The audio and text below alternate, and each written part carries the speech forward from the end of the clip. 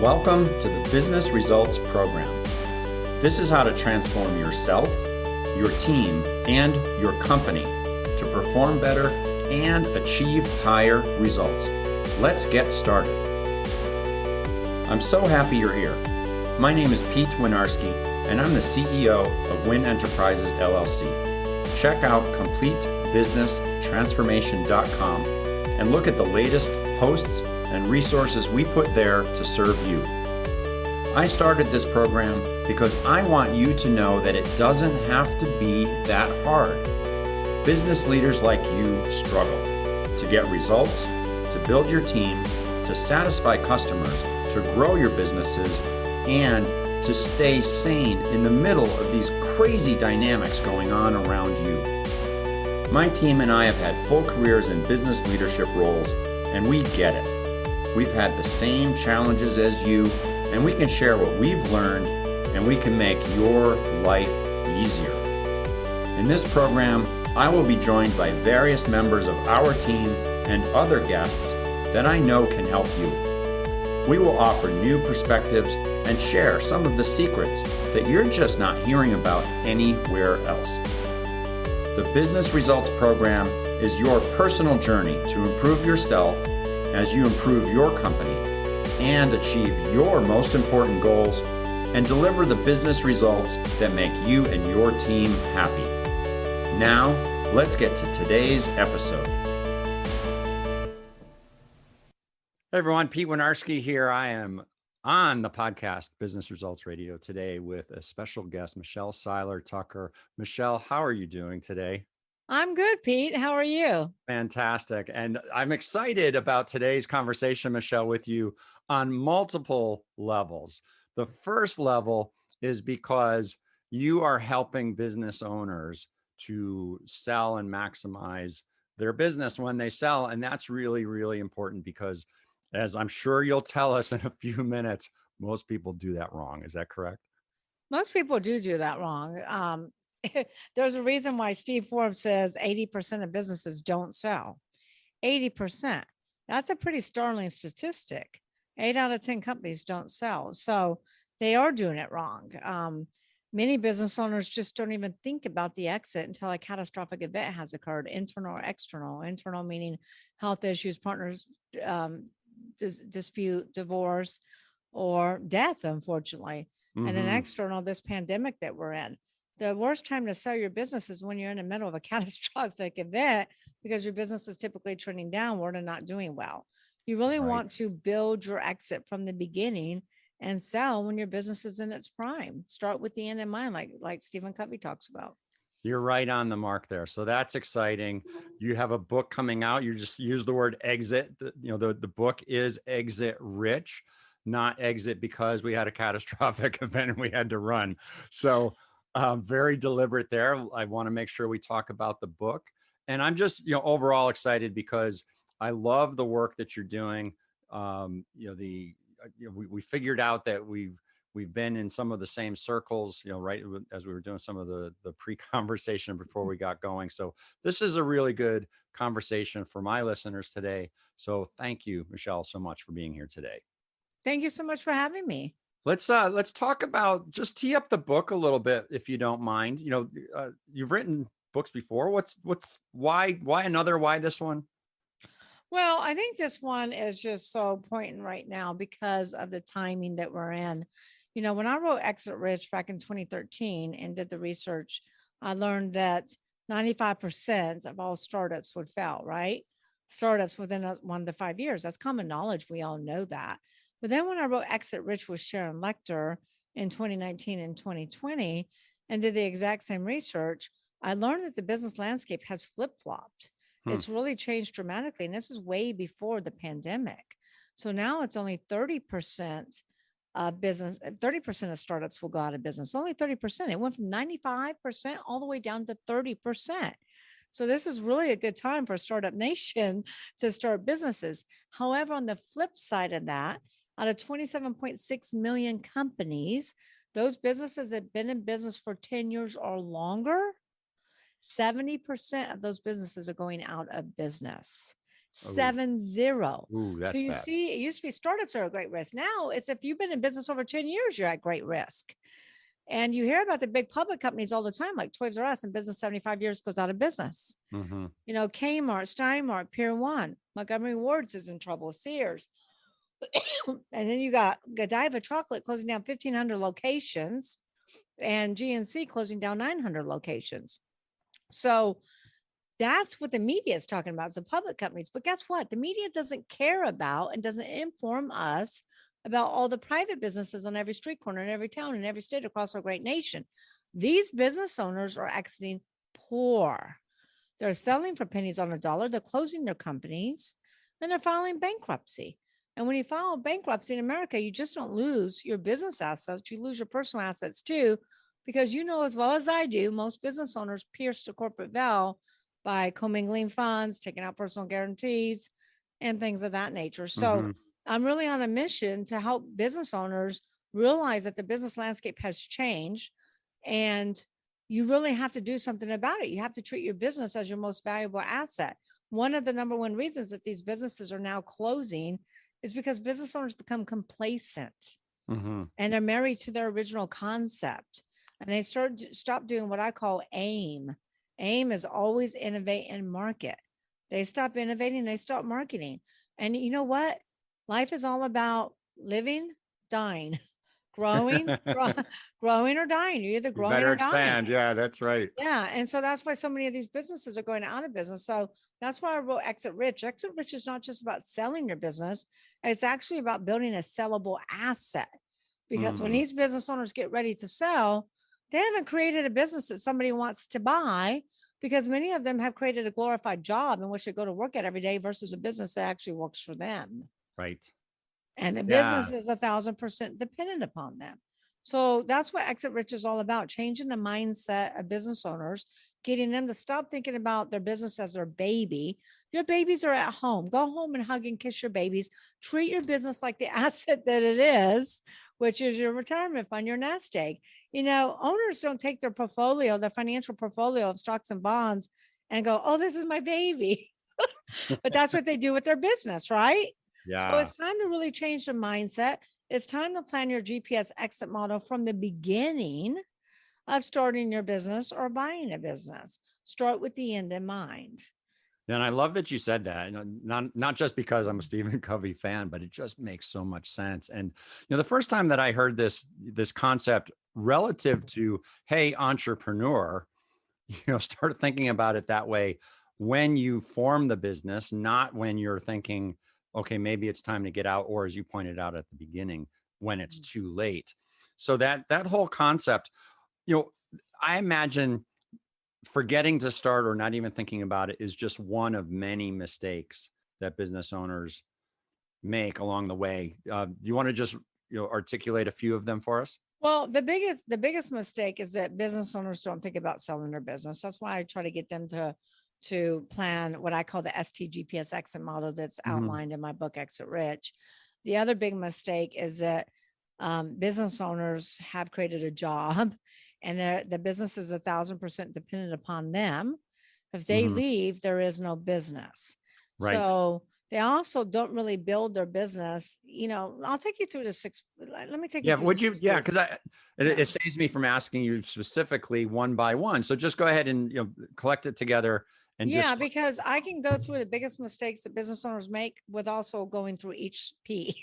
ideal. That's so ideal. Let's do it. So the first P is people.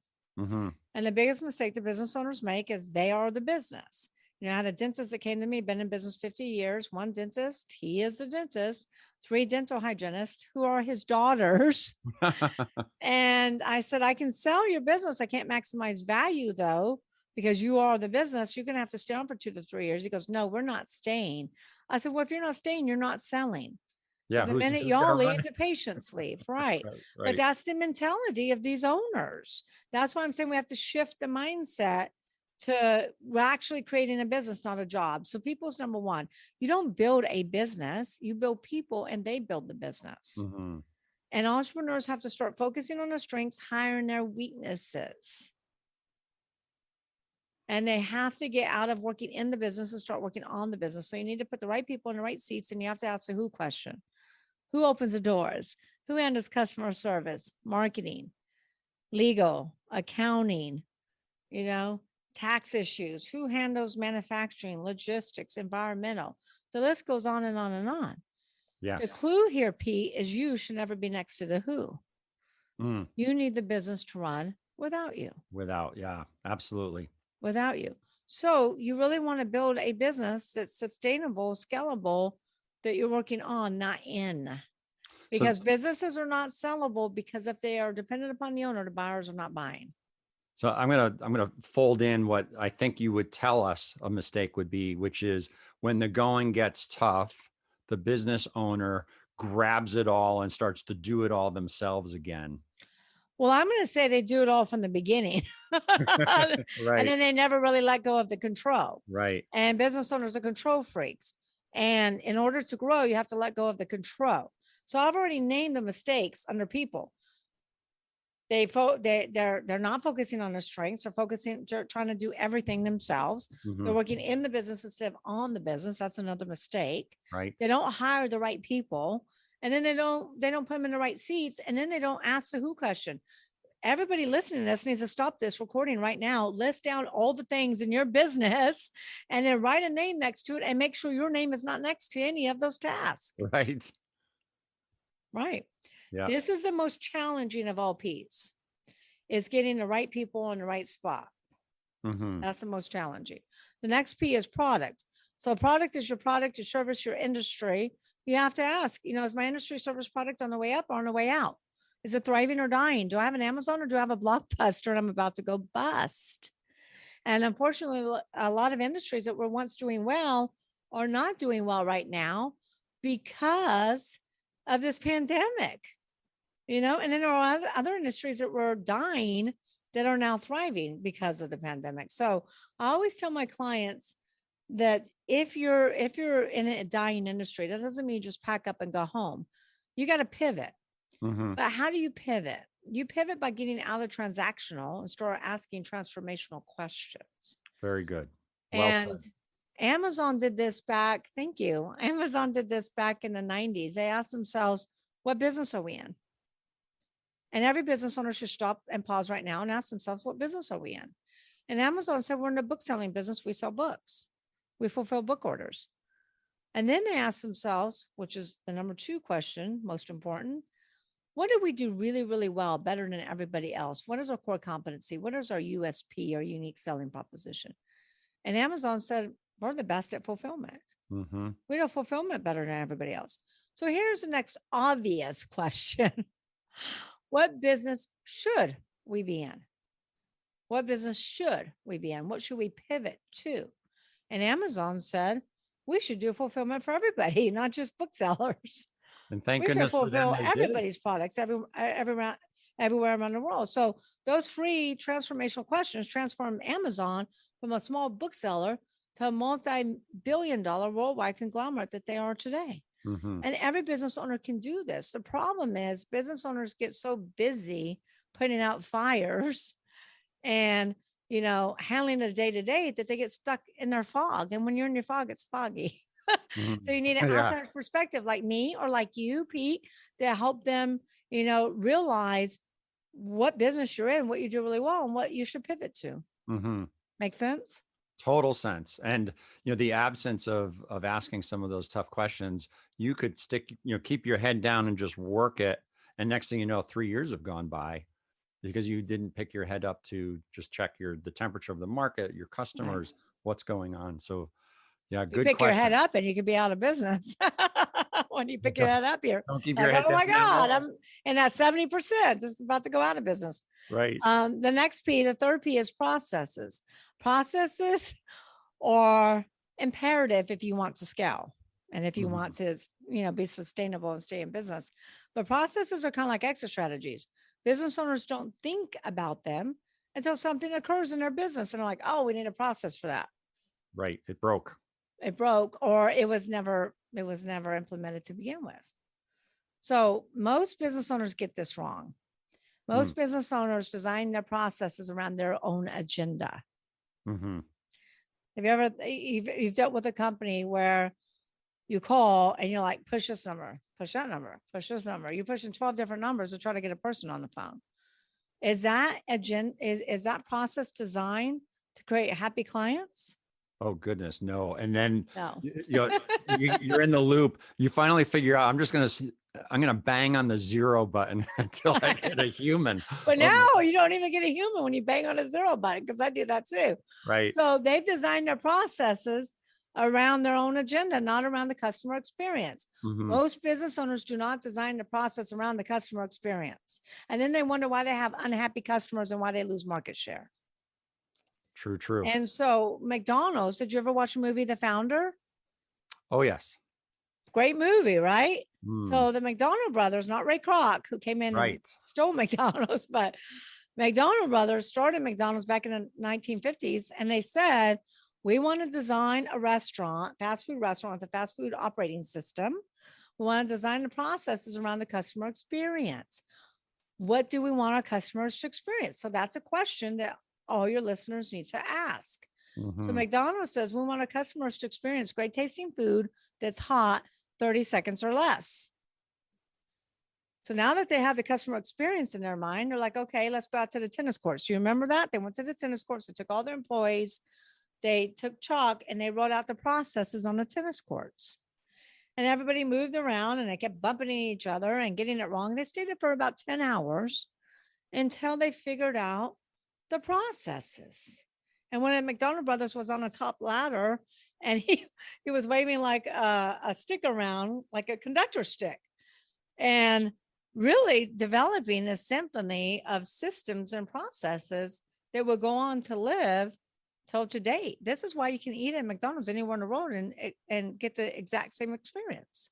And I It's have. also why they can fire somebody and get somebody in that same position and have them trained in 30 minutes Mhm. because of their processes. So you got to design your processes with the customer experience in mind. You know, whoever makes it easiest for the consumers to do business with you is the company that's winning. Amazon winning because Amazon makes it so easy to purchase their products. You can practically purchase a horse on Amazon and have it delivered in 2 days. And then with the customers also bought, you get the saddle and the reins and Exactly. stirrups and everything So else. you gotta deliver wow experiences for your clients. If you don't, somebody else will. So you got to really go back and look at your processes and say, are they designed to create raving fans? We want our clients to be raving fans. Right. And then are they productive? Are they efficient? Are they decreasing overhead, increasing EBITDA? You know, Mhm. and are they well documented? You got to make sure you have those policy and procedure manuals. Policy and procedure manual is like a living, breathing thing that you should update on a weekly basis. I mean, we have it in our office, and every time there's a new policy and procedure, we're like, put it in the manual, Get it in there. manual, Yeah. Get it train written down. everybody on it. Yeah. And then same thing with your SOP checklist. You Yeah. gotta make sure you have those standard operating procedures. You gotta make sure you have employee handbooks, employee non-competes, employee contracts. You need to get all of your ducks in a row and make sure your business is papered correctly. Okay. Excellent. So that's the third P about process. What's the fourth one? So the fourth P is proprietary. Now, this is the number one value driver. Mm. So let me give you a quick crash course on valuations. Businesses that have less than EBITDA. So EBITDA is earnings before interest, taxes, depreciation, amortization. So businesses that have EBITDA of under $1 million will typically trade from anywhere from 1 to 3 times multiple. The only time they get over 3 is if they have some really good synergies. They might get 3 to 4. They're probably not going to get 5. But businesses over $1 million in EBITDA will typically trade for 5 and up, depending upon the proprietary assets. Follow me? So these proprietary assets are huge. There's 6 pillars to these proprietary assets. And this can take you from a 5 multiple to 6 to 7 to 8 and up. Okay. So number 1 is branding. The more well-branded you are, the more I can sell your company for, as long as your brand is relevant in the mind of the consumers. Makes sense. Is anybody paying any money for Blockbuster? Not today. Not today. Not today. Right. So branding is everything. The most valuable brand in the world is, do you know? Oh goodness. Is it Apple? It is Apple. Yeah. Yeah, you win. I win an Apple. So Apple is worth $359 billion. Just the brand. Wow. That's not cash flow, real estate inventory, assets, anything else. That's just a brand. That's not even their database and patents and all their other proprietary assets. That's just the brand alone. Yeah. So build your brand, build your exit rich, right? And then trademarks are very valuable. Trademarking your company name, your podcast. I trademarked Exit Rich. You know, here's a caveat to trademarks. So business owners will start a business and they name it based upon what domain they can get in GoDaddy. Right. So right. they go to GoDaddy and they're like, oh yeah, I got my name, I got my .com. And then they'll go down to their state and get a state trademark, but they forget to check the federal database. You got to check the federal database. That's more important than going to GoDaddy or doing them at the same time. So you need to get a federal trademark. I've seen businesses in business 5, 10, 15, 20 years, all of a sudden receive a cease and desist letter that says they have to stop using that company name. And many times they'll hire an attorney, spend a lot of money and lose. Then you got to start the branding process all over again. So spend the $1,500 to $2,000 and trademark anything that's unique to you. So like I trademarked, I got a federal trademark in Exit Rich. Smart I got move. a federal trademark in the ST6Ps on the ST GPS exit model. We have a company we're selling in the $60 million range, and they have 12 different products. And each product has a federal trademark. And each product is exclusive to a retail chain store. So they have product in Walmart, they have a product in Target, they have one in another chain store, and so on and so on. Strategics will pay a lot more money for that. Yes. Same thing with patents. Yeah. Yeah. Same thing with patents. If you ever watch Shark Tank, every shark asks the same question to all of the inventors. Do you have a patent on that? Do you have a patent pending? Do you have a utility patent? And patents are extremely valuable. Their offers are typically contingent upon you proving that you have a patent. We sold a business for $18 million. It wasn't making that much money, but they had 18 patents. Contracts. Contracts are very valuable. Manufacturing contracts, distribution, vendor contracts, any type of exclusivity contracts. Franchisor that has franchisees. Client contracts are extremely valuable, especially if those client contracts have recurring revenue subscription model. Yes. Here's the mistake that business owners make with contracts. I've been doing this over 20 years. We've sold over 1,000 businesses. I have never met an owner that actually has a transferability clause in their contract that says this contract is transferable on a new entity. Because 99.9% of all sales are asset sales, not stock sales. If a buyer doesn't agree to a stock sale and the clients don't sign consent to transfer, then your deal could stop dead in its tracks. There was a business brokerage firm that sold to a private equity group. They had 1,500 locations. The due diligence team never looked at the contracts. They assumed they were transferable. Oh boy, that's a mistake. Then when they found out that they weren't, they threw this huge celebratory party to try to entice their franchisees to sign. Franchisees didn't like the private equity group, so none of them signed except for one. Within 120 days, they were bankrupt. Wow. And they sued their whole legal team. So this is a very big point. Make sure you have that transferability clause. Databases are big. Databases can bring you a lot of money as long as you've nurtured your clients, can be repurposed and retargeted. Facebook paid $19 billion for WhatsApp, and WhatsApp was hemorrhaging money, hemorrhaging. But they had a synergy. So what we're talking about right now are synergies. They had 1 billion users. So Facebook knew they could ROI and they can monetize on that 1 billion users. Celebrity endorsements, huge. We have a client that has products with endorsed by Oprah. Strategists will pay a lot of money for that because they want to get their products in front of Oprah. And celebrities can only endorse one vertical at a time. I mean, like Cindy Crawford on Rooms to Go. Do you see her on any other furniture companies? Jennifer Aniston, she's the face for Aveeno. Do you see her in any other skincare company? Nope, that's it. No. And same thing with radio personalities. They can only endorse one diet company, one skincare company, one cosmetic company.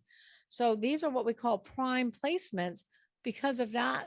Radio personality is endorsing that product for years and years and years. You're not going to get in. So Right. strategics will pay a lot of money for that. You follow me? Because they want do. that prime Yeah. real estate. And then Right. same thing for my e-commerce companies.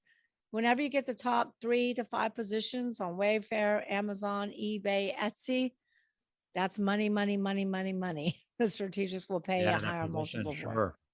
So those are proprietary asset synergies that can really drive up the value of your business. I see that's where the double dollar sign goes next to that for sure. That's what adds all the zeros. Yeah. And then the 5th P is patrons. This is your customer base. And most businesses follow the 80-20 rule, where 80% of their business comes Yep. from 20% of their clients. Well, that's a problem. Customer concentration is a huge issue when you go to sell your business. Buyers want to see customer diversification. Now, it doesn't mean we can't sell it, but it makes it very difficult. We had an oil manufacturing business that we were selling that had 70% of their revenue tied up in the BP contract. Oh, wow. 70%. 70, yeah, 65, 70%. They lose that And- contract, they lose 70% of their business. Correct. That's what we're talking about, customer concentration. Yeah. And we appraised it for 9.8 million. We have 550 buyers look at it. 550 buyers look at it. We narrowed it down to 12. They gave us LOIs, letter of intents, but every single LOI was contingent upon that BP contract. So there were contingencies built in the purchase agreement that they were going to get paid, either seller financing or earn out, and they could lose money based upon if they lost any business from BP. However, we found the needle in a haystack buyer who happened to be a strategic, and he has similar products and services, and he'd been trying to get in BP forever and could never get in the door. So he looked at the business very differently. Right. His perception was, oh, I buy this company, I'm in BP, I'm getting all my products and services. It was in a BP. total opportunity for that one Total person. opportunity. And that's whereas when we go risk to otherwise. evaluate businesses and sell businesses, that's what we're looking for. Yeah. What is the opportunity to the buyer that they're willing to pay top dollar for? So Mm. he wanted to outbid everybody else and wanted to eliminate the competition. So he bid $15 million for 70% of the company, which is 126% more than the appraised price. That's what we do. That makes a seller smile. That made us, yeah, that definitely made the seller smile. And so the last P, Yes. the most important P to all entrepreneurs is profits. Profits. Everybody wants to make profits. However, lack of profits is never the problem. Lack of profits is never the problem. It's always a symptom of not running on one of the other 5 Ps. That makes sense to me. Yep. Yep. So I have clients that come to me all the time. So Michelle, I have a profit problem. I'm like, no, you have a people problem, or no, you have a process problem. If you run your business on all 5 cylinders, all 5 Ps, you will be profitable. Here's the other thing too, is embezzlement. So a huge percentage of companies get embezzled because in the processes, the business owner doesn't have checks and balances to make sure that they're trusting, but verifying who's handling their money. Yeah. So the small Inspect what you business, expect. they just hand it over, right? They say, okay, bookkeeper or A financial. lot of times, yeah. I had one client that was embezzled 8 different times. I thought it was you learned the lesson once. Not this guy. Not Oh this my guy. goodness. Wow. Yeah. He was a slow student. Yeah. Wow, man, that hurts though. And I mean, to have it happen once and then to repeat it, not just a second time, but 8 times. That's wow. That's crazy. Yeah. That's a tough one. So you just went through all of the P's, and you talked about the ST GPS exit model and how the 6 different P's fit in. Can we shift over to, if I'm a seller, how do I find a buyer in the first place? Well, if you're a seller, you should not be trying to sell your business on your own and finding a buyer on your own, because that's just financial suicide. It's kind of like saying, I need a heart surgery. Let me cut up on my chest, pull out my heart and operate on myself. Right. Why would a seller ever try to sell their own business? It's very difficult to find buyers. It's very difficult to find the right buyers. We've been in business over 20 years. We have over 28,000 buyers. There's 5 different types of buyers. So a seller really needs to work with an advisor Mhm. to help them evaluate the business, you know, get the business operating. A lot of times we are working with our business owners to identify the strongest piece, the weakest piece, help them strengthen their weakest piece to build that solid infrastructure so we can get them more money for their company. Yes. And then we That already makes know sense. what Yeah. buyers to go after, It's very difficult to do all that on your own and maintain confidentiality. Most sellers are experts at running their business, but they're clueless when it comes to selling their business. Mhm. That makes perfect sense. Right.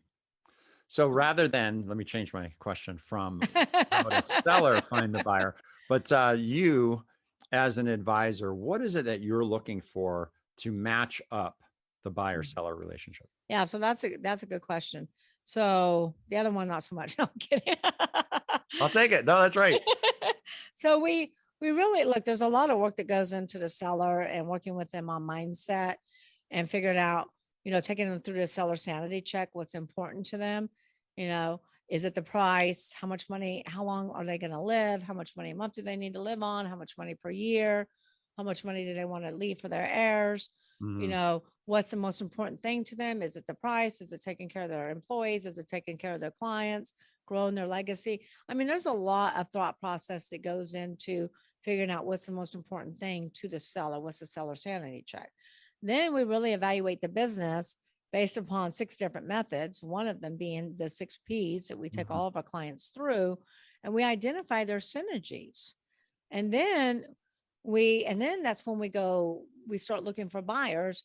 Which one meets the seller sanity check? Which one's going to take care of their clients? Which one's going to grow their legacy? Which one's going to, do some of the stuff? Because there are some companies that will come in and just dismantle your company. And Mm. if that's not what the seller wishes for, then we don't want to bring in that type of buyer, Right. Yeah. They you want the know? parts. They think it's Right. worth more. Right. Yeah. And then we figure out, well, who's willing to pay more money for this synergy? Just like in the case of finding that strategic buyer that was willing to pay 126% more because Mhm. he wanted that BP contract. So it takes a lot of figuring out what the seller really wants and determining what the strengths and synergies are of the company to determine who's the best buyer for That the makes business. sense. Yeah. So do you find that sellers are way off on their expectations of what their companies are worth? Absolutely. Is that a softball question? Yeah, Yeah. I of mean, course it is. They're yeah. way off. They're like, I need 20 million. I want to sell my business for $20 million. That's what it's worth. I'm like, how'd you come up with that number? Tell me, enlighten me, please. Yeah. That's what I need to retire on. Right. I Or want to that's what use I that need. same I need math. to buy, I want to buy an island. I want to, Exactly. I got to pay for $5 weddings. Right. And when we drill down and figure out what they really need to live on, it's usually nowhere close to that. Hmm. They just have this pie in the sky and it's not based on value. And we educate our sellers and say, listen, buyers don't care about what you need or what you want. They don't care about what you need to retire on or what you need to buy an island for, or your 5 girls you have to put through a wedding. Buyers care about value to them. Yeah. And buyers are only going to pay for the value that they see it brings them. Hmm. That makes sense, right? Because if they Mhm. don't understand the value in the same terms and language that the seller does, there's going to be a mismatch. Absolutely. So that's why, I mean, it's really, doing evaluations is an art rather than a science.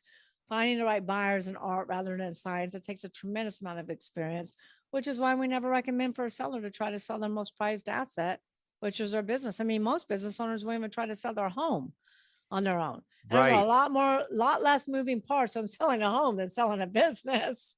Yeah, and people understand what it's like to buy and sell a home because most people have been part of that world. Mhm, And most obviously there is for sale by owner. You see that sign every now and then, mhm.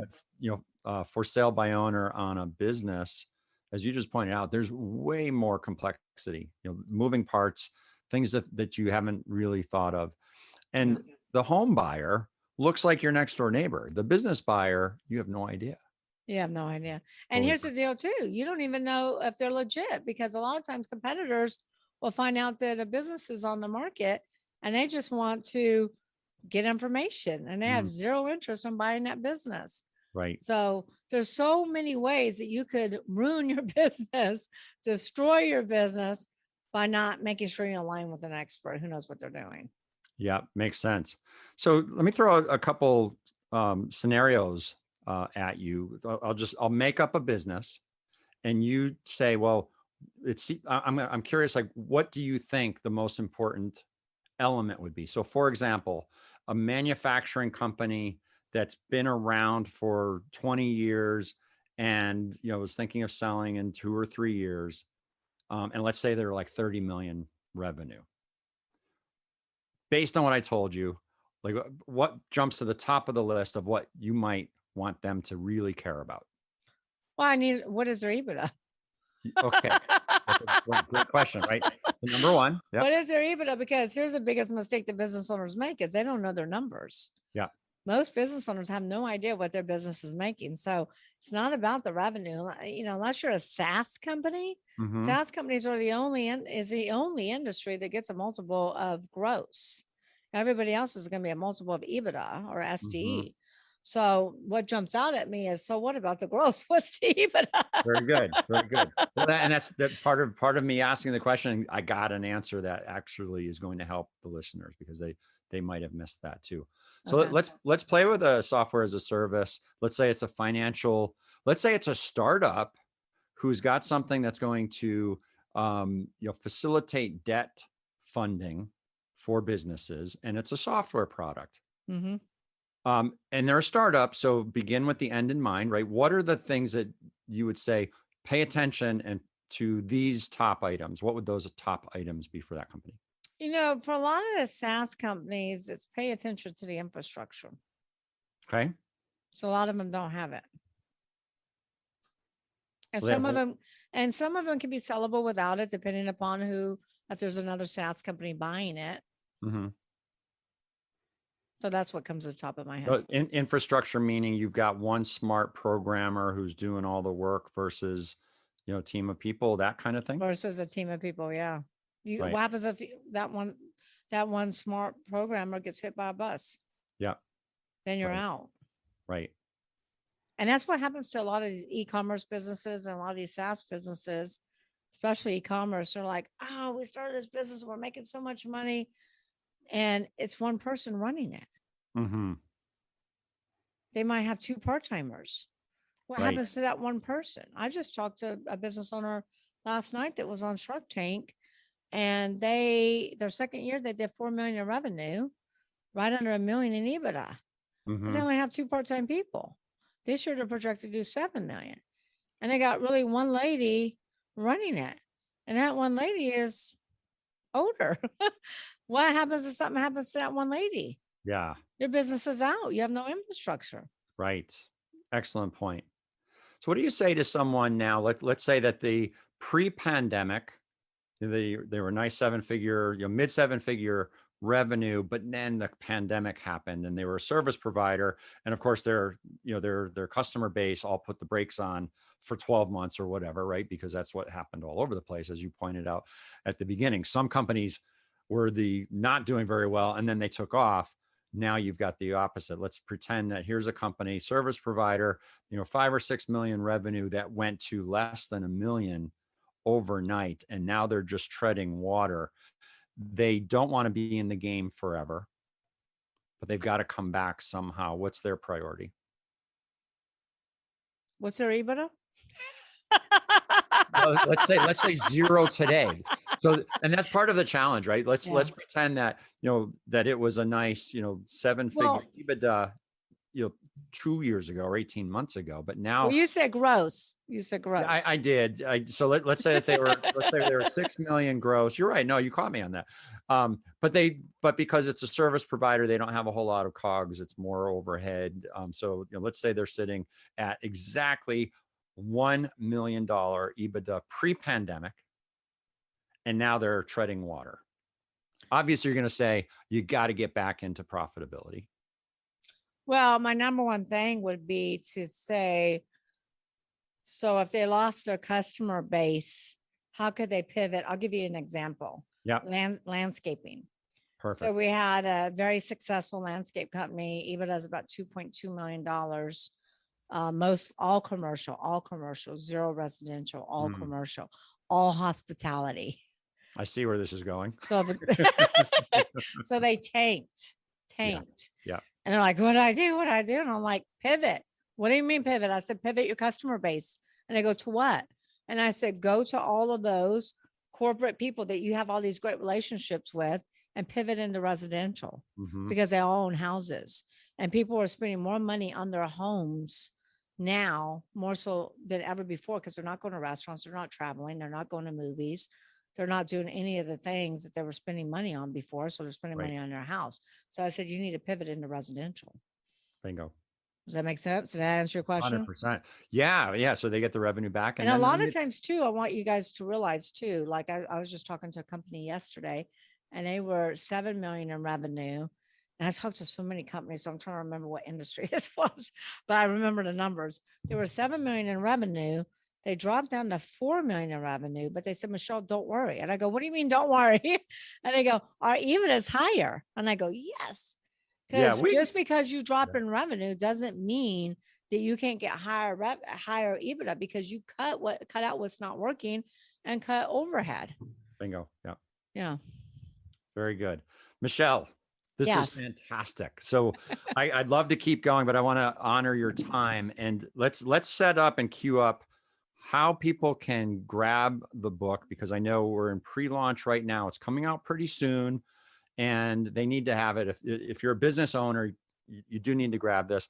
I've had a sneak peek, listeners, and I've got the table of contents right here in front of me. There's a lot of gems in here.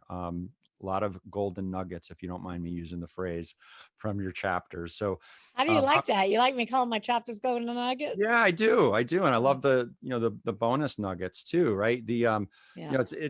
These are gems. And there's a lot of elements in here that even if you're not a business owner who's thinking that you're going to sell in the next 2 or 3 years, there's things in here that you need to really understand. And hopefully from listening to the conversation that what Michelle and I have just given you in terms of our dialogue, we're just bantering back and forth.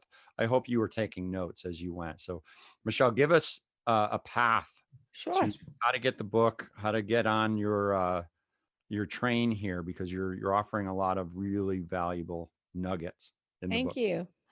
So Sharon, I just want to mention real quick, Sharon Lecter is my co-author who wrote Rich Dad Poor Dad with Robert Kiyosaki. Mhm. She's a New York Times bestselling author 5 times. We're hoping to make her 6 with Exit Rich. And she's a CPA, financial literacy expert, and the advisor to many different presidents. So she writes the Mentor's Corner after every chapter from her perspective. Plus her husband is an intellectual property attorney. So he also adds content under proprietary. And then Steve Forbes has endorsed Exit Rich, saying that Exit Rich is a gold mine for all entrepreneurs, as most entrepreneurs leave way too much money on the table when they go to exit their business. And Kevin Harrington, original Shark on Shark Tank, walked the forward. Plus, we have Jack Canfield, Mark Victor Hansen, Brian Tracy, Tom Hopkins, Brad Sugars from Action Coach, and more that endorse Exit Rich. So You're loaded up. yeah, we're loaded up. So Exit Rich comes out in June, but you can go to exitrichbook.com now, exitrichbook.com for $24.79, which is less than Amazon. We will email you the digital download immediately, so you don't have to wait till June to read Exit Rich. Plus, we'll ship the hardcover to your doorstep upon launch date to anybody that lives in the United States for no additional shipping. Then we'll give you a lifetime membership into the Exit Rich Book Club, where there's video content of me going into deep dives and strategies that I've been teaching for the last 20 years, plus documents to operate your business, documents to sell your business. So we have sample non-competes, employee handbooks, org charts, policy and procedure manuals, sample letter of intent, purchase agreements, due diligence checklist, and closing docs.